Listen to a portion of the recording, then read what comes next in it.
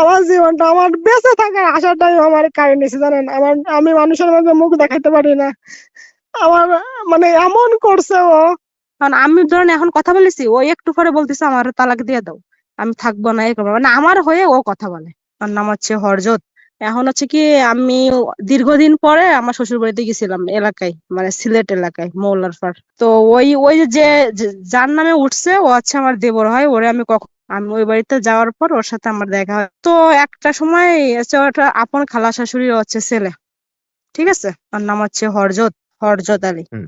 এখন ওনার সাথে আমার কোনোদিন দেখা হয় না এই এত বছর আমার বিয়ের বয়স, আর আমি কখনো ওই দেশে যাই নাই। তো আমি সব সময় এখানে থাকতাম, মানে ঢাকা শহরে আমার হাজবেন্ড নিয়ে থাকতাম, প্লাস আমার মেয়ে আছে। পরে ও যখন বাইরে গেছে, যাবার পর আমি ঢাকা শহরে 1.5 বছর ছিলাম, ঠিক আছে। মানে বিদেশ যাওয়ার পরে আমি ছিলাম বাসায়। হুম। থাকার পরে আমার শ্বশুর শাশুড়ি পরে আমারে নিয়ে যাই, যে আমি মহিলা মানুষ একা একা থাকবো, বাচ্চা নিয়ে থাকি, বিপদ আপদের কথা বলা যায় না। তারপরে বয়সের একটাই আছে, মানে মানুষের আছে না যে শ্বশুর বাড়িরা এরকম মানে মেনেও খুব কম নেয় যে একা একা বাসা বাড়ি দিয়ে থাকবে। তো বিভিন্ন প্রবলেমের কারণে হয়তো হয়তো ওরা চিন্তা ভাবনা করেছে একা একা আমার রাখবে না, মানে মেয়ে নিয়ে আমি থাকি, তার থেকে সবার মাঝে থাকলাম এটাই ভালো, আমরা যা খাই এভাবেই থাকবে। সম্মতি হয়ে আমারে নিয়ে গেছে। আমিও সম্মতি মানে নিজে স্বেচ্ছায় গেছি। যাওয়ার পর ওদের ওইখানে আমি প্রথমে 8 মাস থাকছি, ঠিক আছে। থাকার পর এবার আমার বাবার বাড়িতে আমার আনতে গেছে, আমার ভাই আমার বোন আর আমার বাবা 3জন আনতে গেছিল। আনতে গেলে পরে আসছি, আইসা আমি এখানে 3-4 মাস বেড়াইছি। মানে অনেক দূর ডিফারেন্স, তো প্রায় 16 ঘন্টার মতো লাগে আমাদের বাড়ি থেকে ওদের বাড়ি যাইতে। তো পরে আমি যখন বেড়াই, এখান থেকে 3-4 মাস বেড়াই যখন গেছি, যাবার পর ওর সাথে আমার ফার্স্ট দেখা হয়েছে। আমি তখন মানে দুপুর বেলার দিকে পৌঁছাইছি, ওদের মানে দুপুরে না বিকালের দিকে পৌঁছাইছি।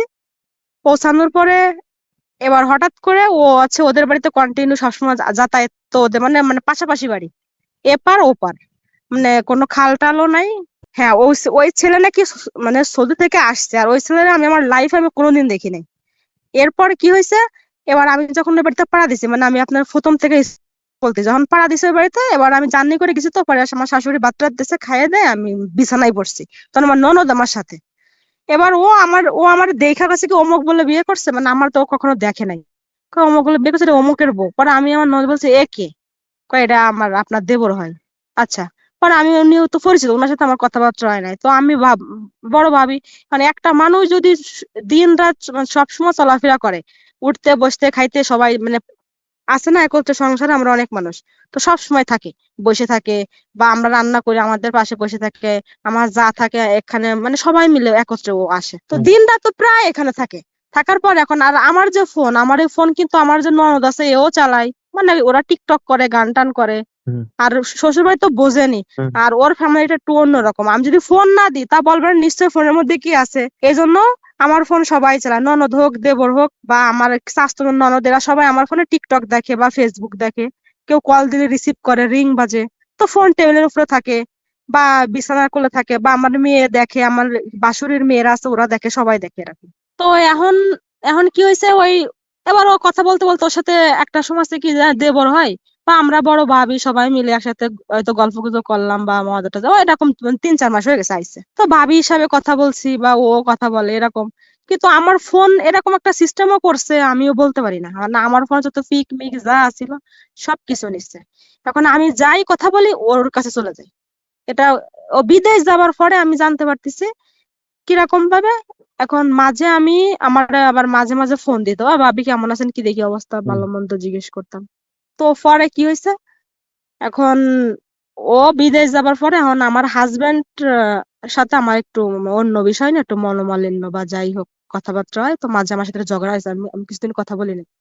মানে আমার ওর সাথে আমার হাজবেন্ডের সাথে একটু ঝগড়া হয়েছে। হুম। তো এখন আমার ইমো ও যে চালায় এটা তো আর আমি জানি না, বা আমার সবকিছু ওর কাছে চলে যায় এটাও তো আমার অজানা। আচ্ছা। মানে ওই যে ডিভাইসে চলতেছে আর আমি ফোন। হ্যাঁ। পরে এখন আমার হাজবেন্ড এরকম উল্টা পাল্টা মেসেজ করে। কারণ আমি ধরেন এখন কথা বলেছি, ও একটু পরে বলতেছে আমার তালাক দিয়ে দাও, আমি থাকবো না, এই করবো, মানে আমার হয়ে ও কথা বলে। ঠিক আছে, তো এরকম আমার বিভিন্ন পিক টিক ছবি আসছিল যা। হ্যাঁ, আচ্ছা। মেসেজ, কিন্তু এটা আমি কখন জানতে পারছি, যখন আমি এখানে এখানে আসছি আমি প্রায় 5 মাস। হুম। হুম। দেখেন, প্রত্যেকটা মানুষের তো একটা মান সম্মান আছে। ও ও আমার লাইফটারে পুরোটা হেল্প করে দিছে। বিশ্বাস করবেন না, আমি তো মানুষের কোনো ক্ষতি করিনি। ও আমার জীবনটা, আমার বেঁচে থাকার আশাটাই আমার কাড়ে নিছে জানেন। আমি মানুষের মাঝে মুখ দেখাতে পারি না। আমার মানে এমন করছে ও, আপনারা আমি পুরো এখনো দেন মানুষের ই নিয়ে পিক নিয়ে ছবি নিয়ে বিভিন্ন জিনিস নিয়ে ও আমার দিনের পরে দিন ও আমার থেকে টাকাও খুঁজছে। ফার্স্টে খুঁজছে আমার হাজবেন্ডের থেকে 2 লক্ষ টাকা খুঁজছে, ঠিক আছে। টাকা পরে আমি ওর যে ভাই আছে পরে বলছে তোর এই আছে, তোর এই করবো এই করবো। আমি ওর পায়ে পর্যন্ত ধরছি। আমি বলছি দেখেন ভাই, আমি তো আপনার কোনো ক্ষতি করিনি, তো আপনি আমার সাথে কেন এগুলো করতেছেন? কয় আমি এরকম 100 এটা খুন করবো। কয় এগুলো বলে কয় এরকম আমার মনে বলে 100 এটা বলে খুন করবে। তারপরে আমি ওটা ওর পায়ে পর্যন্ত ধরেছি, দেন আমার একটা বাচ্চা আছে, আমার বাচ্চার মুখের দিকে তাকান, আমি তো আপনার কোনো ক্ষতি করিনি, তা আপনি এগুলা কেন করতেছেন আমার সাথে? কয় তোর তোর তোর সংসার করতে দেবো না। মেন সূচনা হচ্ছে কি, আমার একটা ননদ, সে ননদটা মনে হয় ছোটবেলা থেকে পছন্দ করতো বা যাই হোক, তো ননদরে মনে হয় বিয়ে শাদী করবে। এটা হচ্ছে প্রথম আছে ওর, যেমন যতটুকু আমি জানছি ওদের ফ্যামিলিতে গিয়া। তো সে ননদ তো আর ওদের সাথে দেবে না, তার ননদ অন্য জায়গায় বিয়ে দিছে।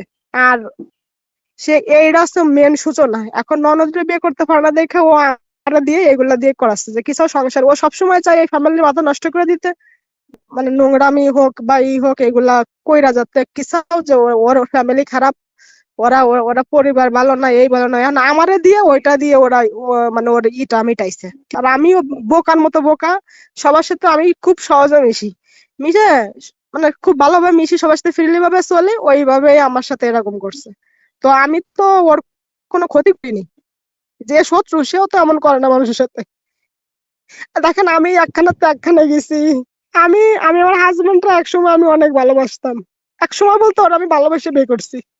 তো সংসারে অনেক সময় অশান্তি থাকে, ঝগড়া হয়, হয় না, স্বামী স্ত্রীর মাঝে অনেক সময় অনেক কিছু হয়। তো আমার বাড়ি খুলনা, আমি গেছি সিলেট।